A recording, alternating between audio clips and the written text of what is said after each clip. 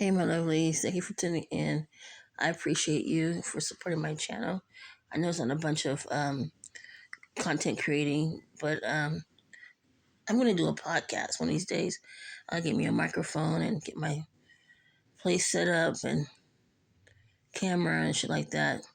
But eventually I'm going to do it. But anyways, but I'll let you guys know sooner than later. So I'm sitting here reminiscing about the time I was overseas. Now, remind you, this kid, maybe the parent, I can't remember the story, but I was across the street when this happened, where I was at. And this kid kept antagonizing this woman and her family, and she never really bothered nobody. She was always, tend to her family. And the lady, she cursed the mother and the child. She said something about, it was in her language, basically, she cursed the child, basically, he's gonna, die, and nothing you can do to reverse it, and shit like that. Now, she didn't have to touch the child, nothing like that. See, where I was at is they're very, cultural. It's just that these bullshit here in the United States, and I mean, it may work for some, about noise campaign and harassment and chemical shit like that.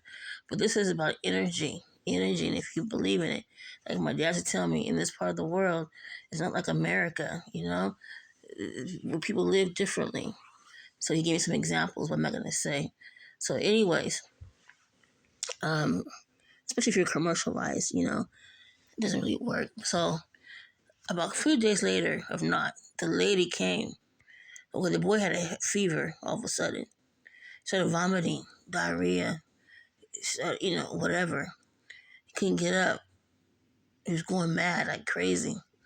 And then the mother came to the lady in front of her gate, and she said, "Please, please, madam, please, please, take it off my son, please, please." It was a big ordeal.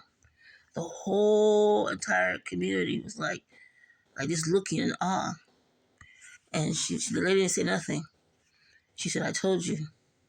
Like, basically, leave her alone. And that's the thing. When you mess with people and you don't know who they are and where they come from, who their cultural background is. And other people say, "Oh yeah, you get out of everything." No, it's not about that. I tell myself, people wonder about my business. Want to know something, they want to do shit that they don't know nothing about.